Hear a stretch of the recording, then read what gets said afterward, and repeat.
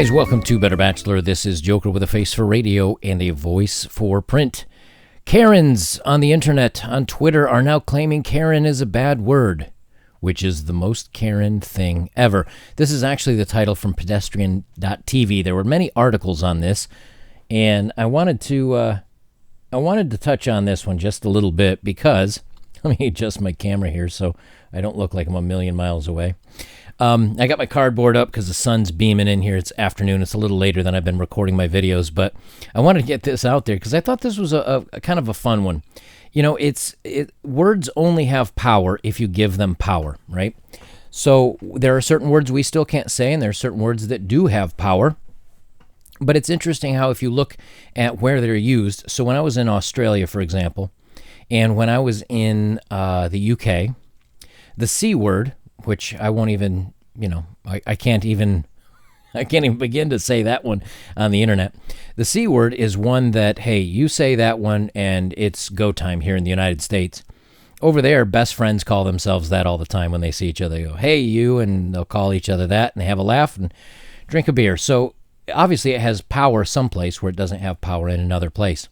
And there are still some words that have power, and there's still words that I admit I find offensive because society finds them offensive and they're not acceptable. That's just kind of to be understood.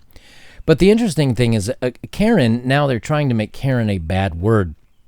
But the people that are complaining about this are, well, exactly who you'd think they are.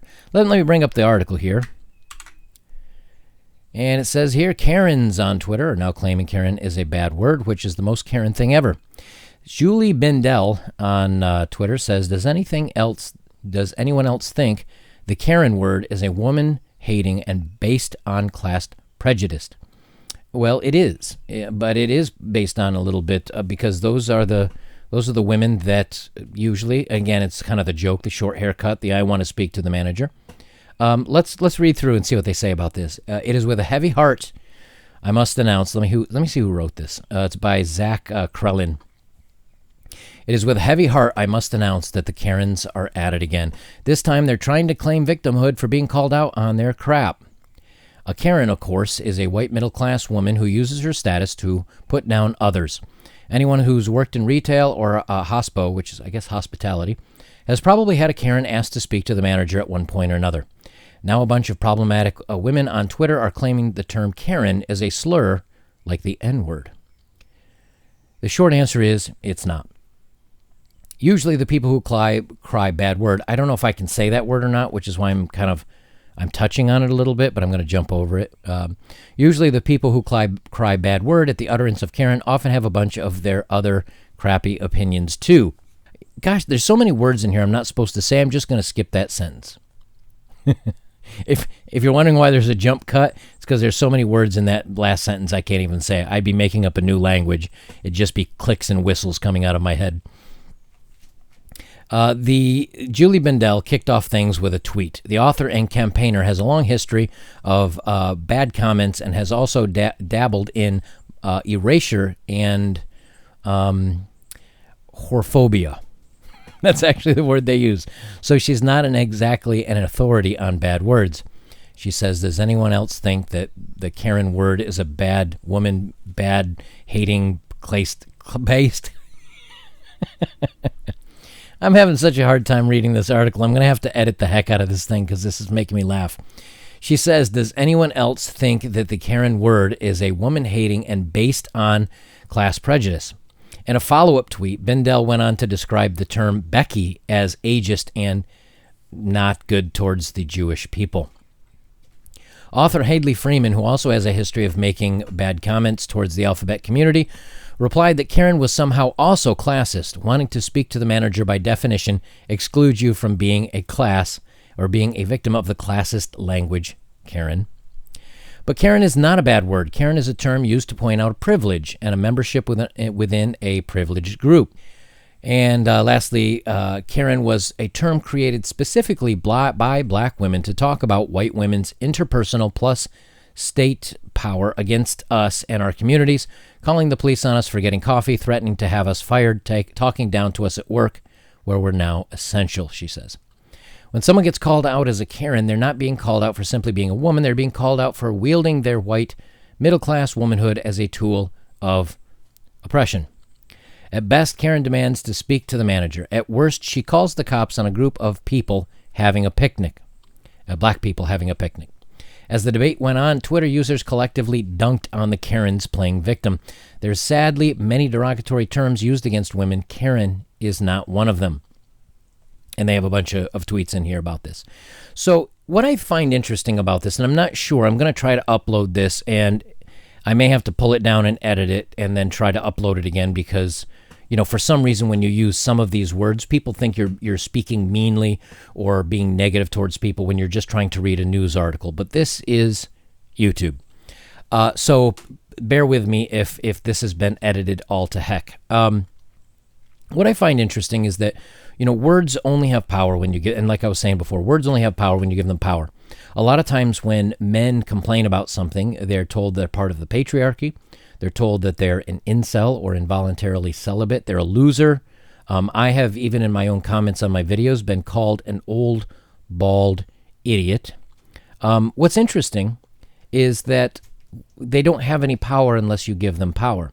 You can call me any word that's on the planet in any language of any dictionary, and I'll either A, not understand what you called me if it's in another language, or I will understand what you called me, and I don't care.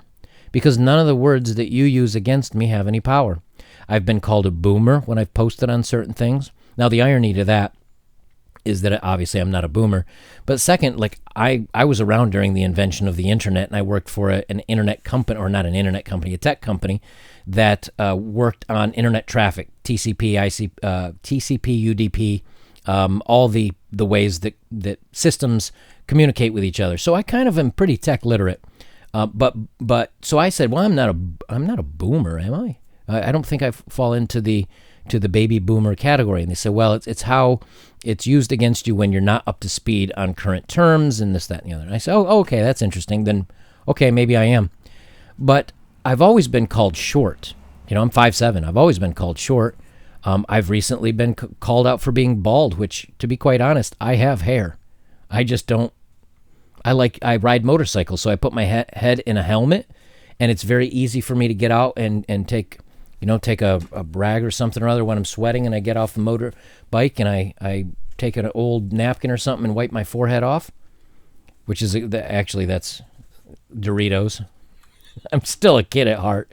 So, I take out a handkerchief and wipe my forehead off, and I'm done. My hair is beautiful. It's perfect. I don't have to see the barber, and it's good every 3 days. But when people call me out and say, oh, you're old. Yes, I am, and I'm glad to be here. There's nothing I can do about that. And it means I'm still alive, which always is a good shot. Well, yeah, you're just a bald old. Okay, yeah, I'm bald. And I got gray hair, and the grayer this gets, the older I get, and the older I get, that means the longer I've been around on this planet, and that's a good thing. But you see, you take away the words of power. You take away the insults. And so what people don't understand is that when they insult you, what they're really saying is that I'm out of options. I'm out of arguments. I'm out of anything to fight with. Now I'm just going to use words to hurt your feelings. And Karen, the word Karen was never really used. I have to correct that. It's not necessarily a way to hurt somebody. I've never been in a real world situation where somebody calls someone else a Karen, but it's used on the internet to quickly describe somebody in one word. Because when you say Karen, you say, well, middle class woman who's entitled and kind of crabby and thinks everybody else is beneath her, and she's usually got the short haircut, and the joke is she's going to speak to the manager because you didn't want to give her double latte for free using a coupon that expired last year. Like we can all picture this. But the same thing goes for when you use other words, such as like the incel word, or once you call someone something else. The same thing is when you say, who hurt you? You're implying, in other words, that you're a weak person and that somebody else said something to you that made you shut down and not become emotionally available and put you in a bad place. So kind of there's two parts to this that I want you to take away. Number one is I think it's incredibly funny that Karens are complaining that Karen is a bad word, because it is kind of pointing out that they're doing their most Karenist to stop the complaining on Twitter. But the second takeaway here today, and this is the important one, this is really kind of what the video is about. Don't let words control you. Don't let somebody put you down. Don't let somebody call you a name. Don't let somebody shame you and you take that to heart. If my family says something negative to me, they will do it from a place of love. And I know that. And, because even, talking with my mom, she said, "Do you really want to live in a bus and travel around the country? Are you going to go back to work? Are you going to get a job?" She was concerned about my success going forward in life. And I said, "Don't worry about it. I'm good. This is what I want to do." But her critique was from a place of love. And that's what I think that matters. But people that are on the internet that are having internet flame wars and arguing back and forth that may inadvertently call you a name, they don't know you. They don't know anything about you. And so whether it's in person or whether it's online, don't let words hurt you, because if you do, they're giving them power. And you're giving them power over your emotions. You're giving them power over your thoughts. Don't let that bother you. Guys, if you'd like to support my work, links are below. As always, the best way you can support me, like, comment, share, subscribe. And thank you for those that have donated directly. That helps very much in keeping my dream of bus ownership and driving across the country alive.